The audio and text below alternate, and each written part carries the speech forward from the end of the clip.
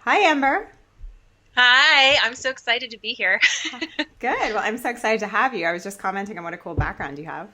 Yeah, thank you. I do get lots of compliments on it actually. Really? Well, then, Yay. it's a good thing to have. Yeah, I've got to think more about that. So I just kind of wanted to get started by sort of reading a bit about who you are, just kind of the Sure. bio to give folks a sense of sort of what you do. Okay.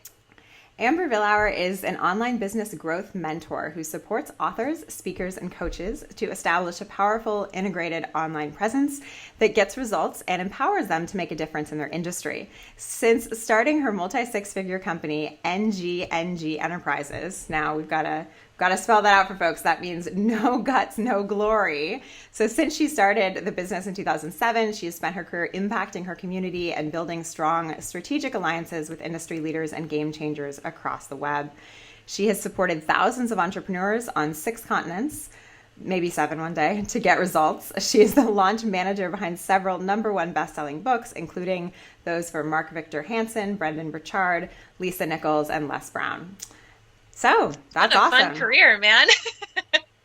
I love watching people's faces when you read their bios, and it's so interesting those who do what you do, where you smile and then say something like positive afterwards. I love that. The way you said, it's been an interesting career, or people say, wow, that sounds great. And I love that. I love kind of that energy coming through because I think it's easy to be kind of embarrassed at times by success essentially. So it's nice Oh, to I'm embrace just it. so grateful.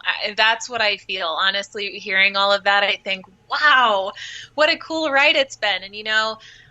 I was not the person that had this like 30-page business plan and thought through everything getting into it. I mean, I was really somebody that kind of learned along the way. I was a yes person. I love learning. I love challenge and was able to build this company and have incredible relationships with people that I don't know. It's really cool. I feel very blessed. And I know that a lot of it was attributed to my hard work, but it's still pretty incredible where we end up. You got to love life. You gotta love life. I love that. So start by just telling me what it means to be a yes person. I think that's a cool idea. What does that mean? Well, and this kind of ties into the company name, No Guts, No Glory, Mm-hmm. right? So if somebody asks me, hey, Amber, can you write a press release? And I've never done that before. And then I'll say, sure. And then I'll teach myself how to write a really awesome press release. And this was actually, I'm thinking back 10, 11 years ago when somebody asked me to do this. And she said it was the one of the best press releases that she'd ever read and asked me to do like 16 other ones. It's amazing. Or if somebody said, Amber, can you go speak on the stage in front of 300 people? And I'd think, oh my gosh, that's scary. But yes, I'll do it. I'm a person that really pushes myself because I don't want to play small. I don't want to get in my own way. And I Hmm. think because of being, a person that says yes to challenge and opportunity, I've ended up in these incredible places because of that. So that's what it Hmm. means to me. Hmm.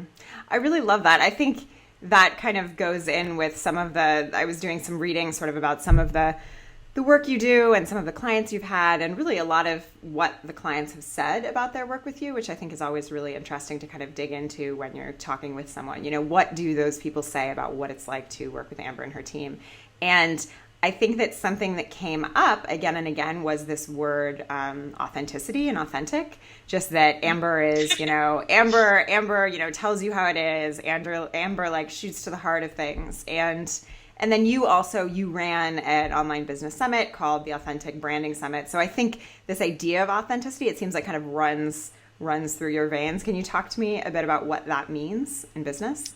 Absolutely. I mean, I think that when we're new entrepreneurs, we look to people who are successful and we try to model what they're doing or what they say or how they say it.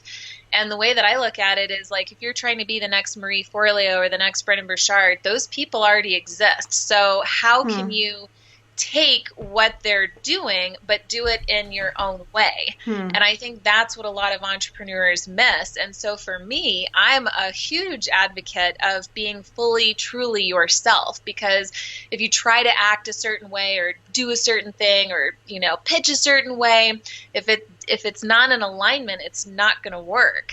So if you find yourself struggling, really check in with like, hey, am I putting on a front? Am I trying to act like I'm better than I am, or that I feel better than I am, or anything like that? I mean, I think I've just gotten really comfortable in my own skin, which was a journey.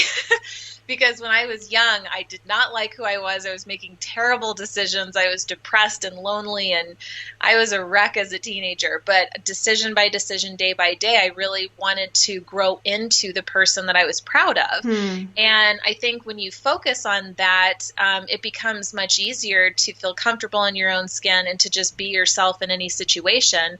And that also helps you to battle fear or insecurity or comparison, because you just realize that it's a gift that you're different than anybody else, and you kind of settle into that, and you write copy the way you want to write copy, or you say video the way you want to say video, or, you're just fully yourself, and that's what's going to move the needle in your business. Being fully yourself is going to move the needle in your business. That's really awesome. So take me back, I guess, to the beginning of No Guts, No Glory back in 2007, because I think that it seems easy sometimes to say be authentic once you're successful, but how did you approach trying to be authentic when you were basically, trying to get clients, trying to make this career shift from, you had this successful career in sales, and then you were shifting to basically being an entrepreneur? Same kind of thing. I mean, I felt like I didn't have to be all things to all people all the time. When I started the business, I started with a blog. I knew that short term it wasn't going to do much for me, but I knew long term that was really going to make the difference in my online marketing. And, instead of trying to be perfect or polished or whatever, I just thought, what do I feel like writing about today? So I would write about a trip to Florida. I'd write about SEO, and then I'd write about something really serious and then something really funny or something a little spiritual. And I was just fully myself on those blog posts, and I tried not to feel embarrassed or less than or insecure or uneducated or new, and I tried to just show up, and I tried to be consistent and be myself. And the more I did that, the better people were connecting with me, the more they were sharing my blog posts with other people, the more they would inquire about services, then they'd hire me, and then want to share word of mouth. I mean, word of mouth has been incredible this entire time in my business. And I really attribute that to not only good quality service, but the connection that I make with people. When I take on a new client, it's like your family. I care about you so deeply. People don't even know that I actually have like feelings about my clients, and I think about them, and I wish for their success, and I hope it works out for them, and I'm cheerleading them in the background, but that's me. I mean, I take it so personally, and their success is my success. And so I feel like the more you give, the more you're going to get back in return too. And that ties into authenticity as well. Right. The more you give, the more you'll get back in return. And I think people forget that in business a lot, particularly in online business, where it can feel grabby and like, just sort of a favor game. Yeah. And so many people are into the list, I've got to get a bigger list. But you know what I tell people? If you have a list that's 50 people, don't think that's nothing. That's 50 people that you could be impacting and working with and, motivating and impacting. It's like, every person counts on your social media. You're looking at, I only have 100 likes on my Facebook page. Well, that's 100 people. Are you kidding me? So, I mean, I do think that we are a little bit disconnected from, what's real and the list or the number or what we think we should be having. So hopefully I can keep trying to reel people back into reality a little bit. Yeah. Well, your reality sounds better than the rest of ours, right?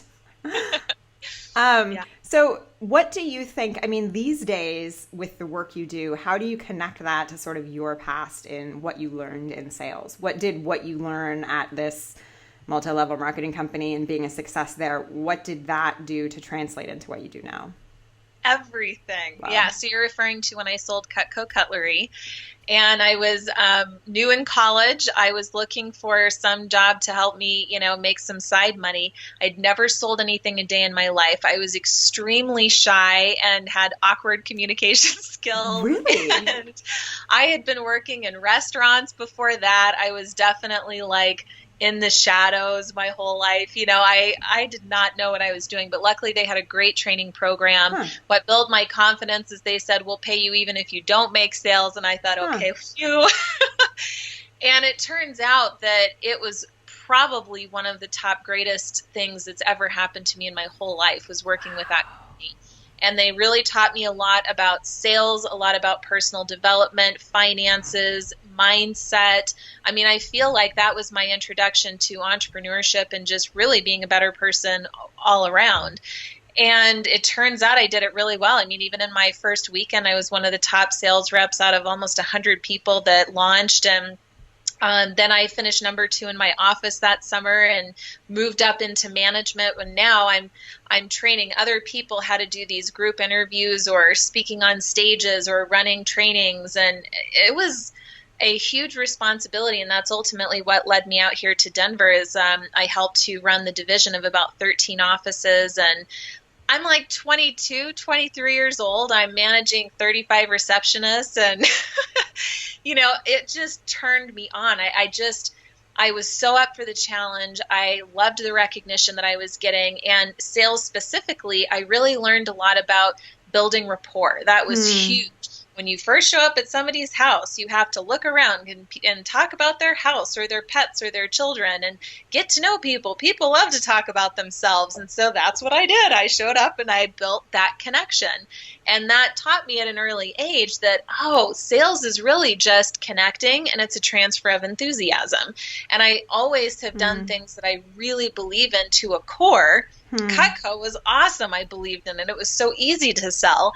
And now, even with websites, social media, all the things that we're selling in the company today, it's easy because I have results to back up our work. I stay on top of trends. I know I can help people. So when they come to me, I build that connection. I have that confidence, and it just pours out of me, and it works. So it can be pretty effortless if you believe in what you're doing. That's great. So in the beginning, when you were kind of focused on, getting clients and building up your own business back in 2007 and making this transition, how did you kind of think about that challenge of when you start investing in building a team versus, keeping all the profits for yourself and doing as much as you can, I guess? Yeah, it is tricky. And I had to start with a team right off the bat because our first service that we sold was website development. And I had an eye for design, but that didn't mean that I wanted to make the design myself. Right. And I knew programming, but to a degree. I mean, I still don't want to I don't want to go too deep into PHP code. It's like, I just don't want to do that. I know just enough to get a little dangerous. But so right out of the gates, I hired a programmer and a designer. That designer is still with me today, by the way. I love her so much, Joni.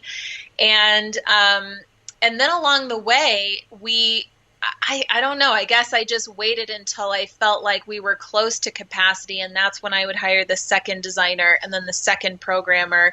And then I would be learning so much about copywriting that I'd open up that as a service and hire a copywriter, and then SEO, and then I'd hire a search engine person. And it just kind of built over time.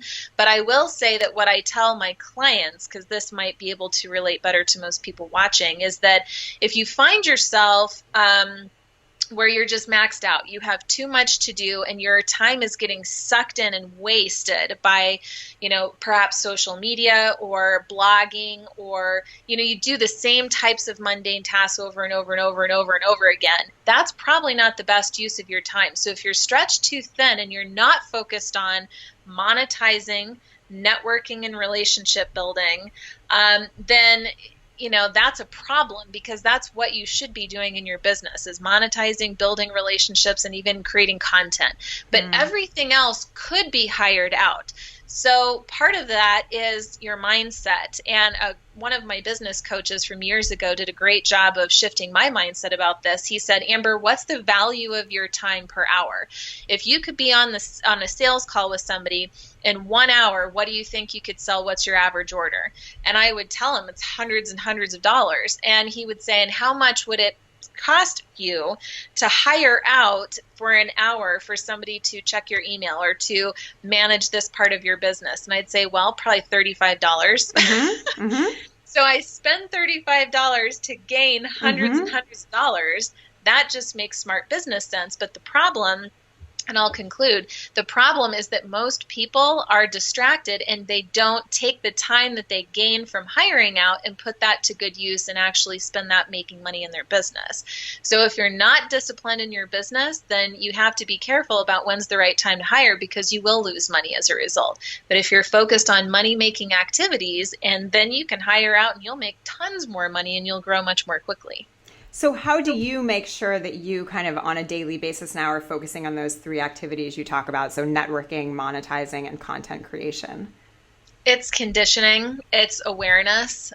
So conditioning, making myself focused on those things, and awareness of, I'll be sitting here in the middle of the day, Claire, and I'll be doing something and I'll think, I should so not be doing this right now. This is not a good use of my time. I'll be building a landing page or something, and I'll think of, there's 4 other people on my team that could be building this landing page right now, and I could be out there creating the next product or the next service or any number of other things that I could be doing. So I slap myself on the wrist and I get better at delegating again, and then I'll go off and do those activities. But I'm a pretty regimented person in general, so it's never been too much of a problem for me. No, I mean, I totally agree. I had this moment a few days ago where, and I think sometimes we do some of those things like, designing a landing page, if that's not your thing, just because we want to feel like we're being productive. We just want to feel like we're doing something. So I found myself, in some sort of internet loophole of like investigating something about how I could manage a Dropbox folder the other day. And I literally had been doing it for like 15 or 20 minutes. And it was like, what am I doing? And I literally had to, slap myself on the wrist being like, there's someone who knows this better than me and can spend more time trying to figure this out. While this is not a good use of my time. But it's so easy to get sucked into that. I know, it really is. Yep, I agree. So awareness is key with all of that. You just have to pay attention to what you're doing. So when you sort of think about what you learned in your sales career and what you do today, how much of the time do you feel like you have to go out and kind of sell your services versus, you mentioned how word of mouth marketing has been so essential for your company. I don't know, how much of the time do you feel like you're selling versus it sort of just coming in the door? Maybe 5% of the time. Wow.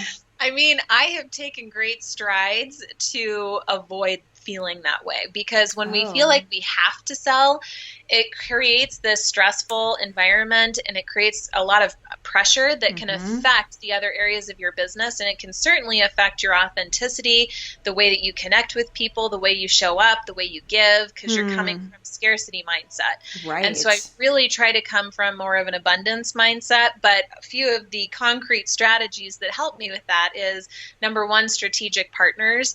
From the very beginning, I thought, okay, who else shares the exact same audience that I want, and how can I leverage that relationship to get their clients to become my clients? So I talk about all the time about this publishing company out in California that I connected with back in 2007, and we're still partners today. Over the course of that, all those years, I've worked with hundreds of their authors. It's resulted in hundreds of thousands of dollars just in that one relationship that I had. Wow. And I thought, wow, this is easy, because they just send me clients and I build websites for them or do coaching or whatever else.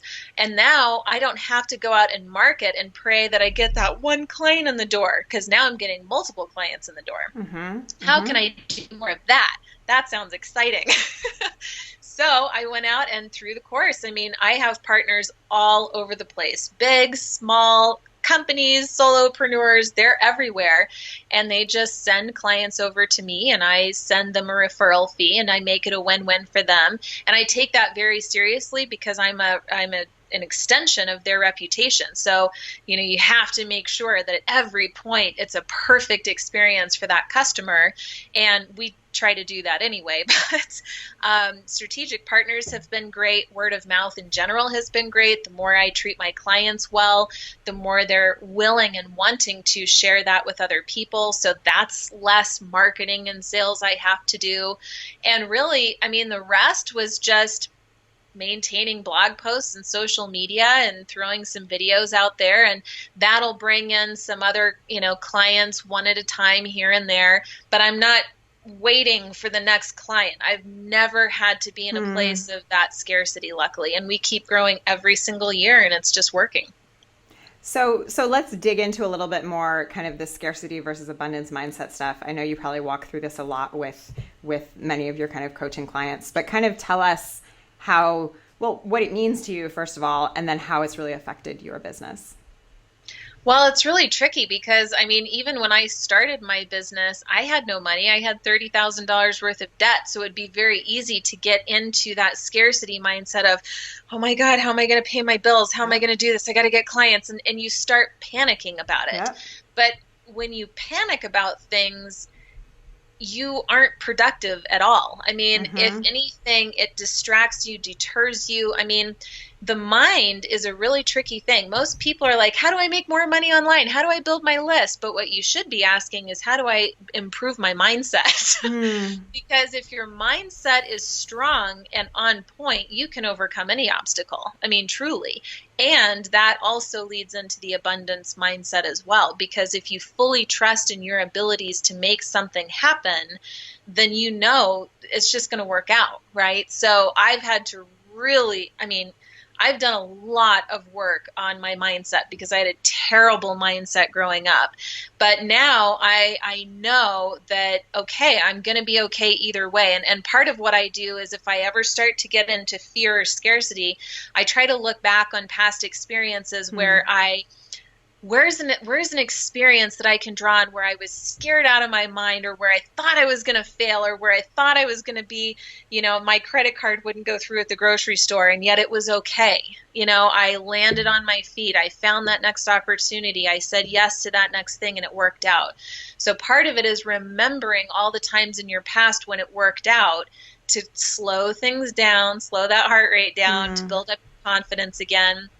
And also remembering that whatever you think about grows. So if I think, oh my God, I'm never going to make enough money, well, then you're probably right, because you're going to create that reality because you're so focused on that. And, some people might at this point think, oh, that's woo-woo. If I think I want a convertible, it's not going to just show up right now. Well, that's true. Okay, so I'm not trying to go too far out of reality with it.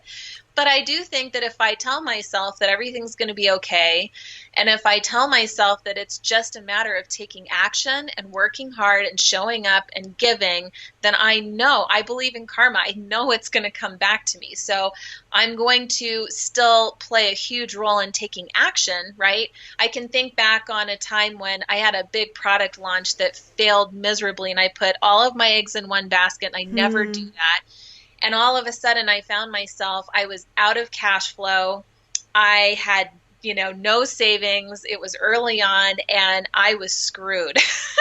Yeah. And even in that, it would be easy to get into that fear place. Totally. And I thought, okay, what I'm going to do is I'm going to put out to my audience that I'm going to do 20 free coaching calls, and I'm going to do it within the next week. People can sign up, and here's the reasons I'm doing it for.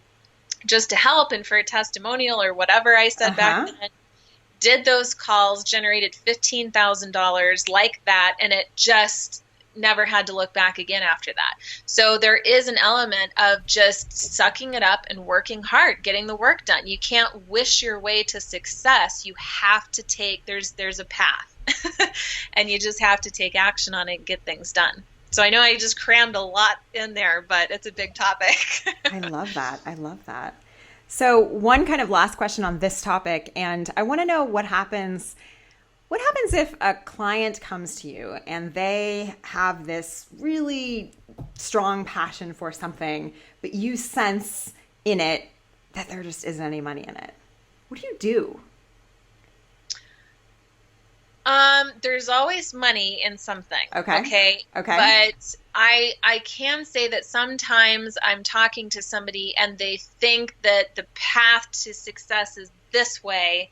And I know based on experience, it's more this way. So what I do is I really try to figure out where that passion is, what they enjoy doing, and then educate them about, well, here's what it would look like on this path, and how do we create some sort of a connection and maybe meet in the middle, or over time veer them over here in this direction. So it's just a matter of educating people, because, we don't know what we don't know. So if I can talk to them about their options and say, this is a proven record for success in any business, and if I can get them inspired to at least look into it, try it, and then they'll see results with it, and then keep going down that path. So I think you can pretty much make money with anything. It's just your approach and your follow through with it. I love it. I'm going to switching my notepad at my standing desk is always an endeavor. Ooh, I have a standing desk too. I love it. what do you do during pregnancy? I'm sitting right now. Uh-huh. I stand at least half of the day. I'm exercising in the morning. I take a long walk in the afternoon. But I can tell more and more it's going to be a challenge for the sitting or the standing. Yeah. My body doesn't want me to sit a whole lot. Yeah. So I'm trying to figure it out a little bit, but I love the standing desk, and it's like this little push button, and it just raises you have one of up, those. and then it lowers. So all day long it changes. Yeah, no, I'm so curious about that, because the standing desk thing is new in the last 6 months for me, and I didn't have one when I had my last daughter, but I'm just wondering, when I'm pregnant again, will I be able to deal with it, or will I want to be seated all day? I mean, you're not supposed to be seated all day, I love guess, standing. So. No, Yeah. Actually, I feel there's much better circulation, especially in my legs. Okay. And I feel it blocking up over time around my hips. Okay. And I just wear comfortable shoes, and I have one of those anti-fatigue mats. And if anything, I feel like I have more energy and more control, but I'm still pretty early on. So I imagine give me 3 more months, my tune may change. I mean, everything's bad at the end. I'll keep you posted. I always laugh because my daughter came, totally healthily, but a total surprise, just over 3 weeks early. And it was super surprising. It was just like, I just turned 37 weeks and my water broke at night, and then she was born 3 hours later, and she was fine. I mean, she was just 6 pounds, so she wasn't big, but it was really surprising. And so I always say, I don't actually know what it's like to be super pregnant, because I feel like everyone I know, most people are like a week late or something, I feel like, especially with first babies. Good for you. So I feel like I got out of that last month. Sounds awesome. So, okay. Can you tell people what you're working on right now, what you're focused on, and where folks can find you and learn more about you? Sure. You can find me all over the internet. So you can Google me. You can go to insightfuldevelopment.com. That's our primary website. I've got so much on my YouTube channel, so feel free to check that out or just reach out anytime. And what I'm working on right now is a lot more of the same. Still continuing to serve our clients and just offer the best service that we can in a variety of different services that we offer. And as you know, Claire, I'm having my first child later on this year. And so currently pregnant right now. And that is largely what I'm focused on, is what else can I automate in my business? What other training videos can I set up for my team? Really looking at even more so, like with a microscope, what do I do every day? How can I automate this, or how can I do a training video about this, so that, because when you have a kid, you have no idea what's going to happen. No clue. You can only prepare so much for it. So I'm preparing, if I have to take 3 months off, if I have to take 6 months off, how can I make sure the business can carry on without me, and making sure that there's no stone left unturned. So that's really where my mindset is right now, on top of running the business and making sure everybody's happy. But it's fun work too. You should be creating systems and procedures and training videos in your business, even if you're a one-man show right now. So it's something that we should all be doing at every stage of business. I love it. Well, thank you so much for this. This was really just super valuable, and I'm very grateful to you for your time. Oh, thanks, Claire. I love what you're doing, and I'm a huge Claire fan, everybody. So be sure to support her and get the word out about anything that she's doing. And thanks a lot again. Thanks, Amber.